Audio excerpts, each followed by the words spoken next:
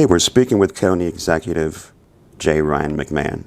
And in this interview, we're going to talk about a variety of things. We're going to start out with a topic that's on many people's mind, would be the Aquarium Project. So could you explain the Aquarium Project so that people will know from you directly, Sure. What is this about? And thanks for having me, Ken. I appreciate the opportunity. To push things back, the history, where did this idea come from? So in county government, we're in charge. One of the things we do is entertainment infrastructure. We run the zoo. We are in charge of the ballpark for the Syracuse Mets. We are in charge of the War Memorial for the Syracuse Crunch. We have the amphitheater, which provides entertainment infrastructure on the lake. We are in charge of the convention center, which brings thousands and thousands of visitors to downtown. So in 2019, when I got this job, the zoo came to me with an idea about an aquarium project, the Friends of the Zoo. And we looked at it and we loved it as an expansion on the zoo. At the time, we didn't have the money, because if you have to borrow the type of money for that, you're never going to really make enough money to pay the bonds. So fast forward, we enter into 2020, the global pandemic, and we have to make very difficult decisions budgetary wise and really estimate very conservative revenue growth. And what happened was in 2020, we ended up producing a large surplus, a $30 million surplus.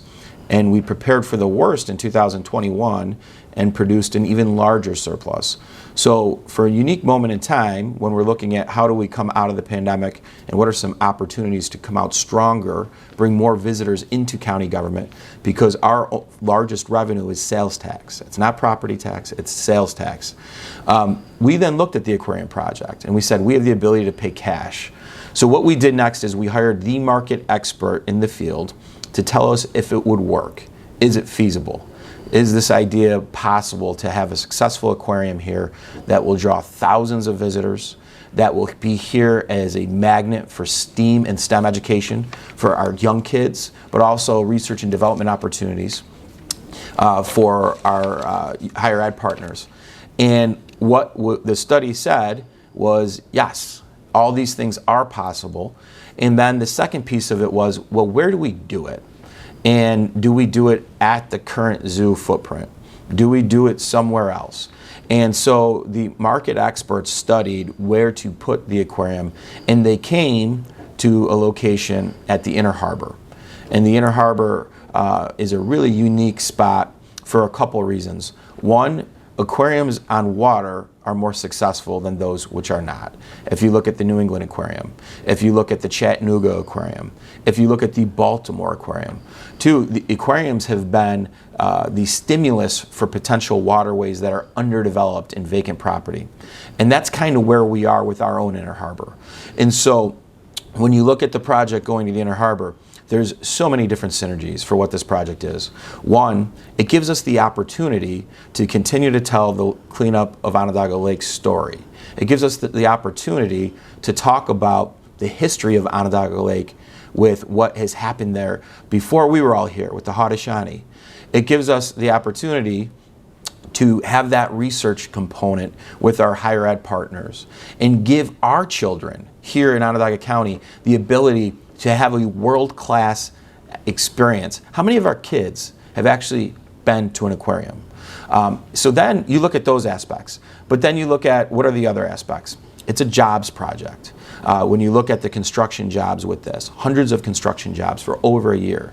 It's a jobs project for permanent jobs in the community at the aquarium, but for the businesses that this project will support. It's an opportunity to be a catalyst for redevelopment in that area, which will create more jobs, create new neighborhoods, and more tax revenue for both the city and the county.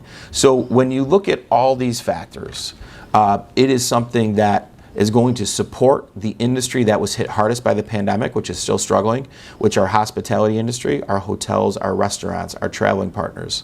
It will allow us to build off of the cleanup of Onondaga Lake and the investments around Onondaga Lake, the investments at the State Fair, the investments at the amphitheater, the investments at the new ballpark, and it will give us an opportunity to help support across the street, Destiny USA, which is starting to come back from what was a very difficult pandemic. So overall, there's so many good pieces here.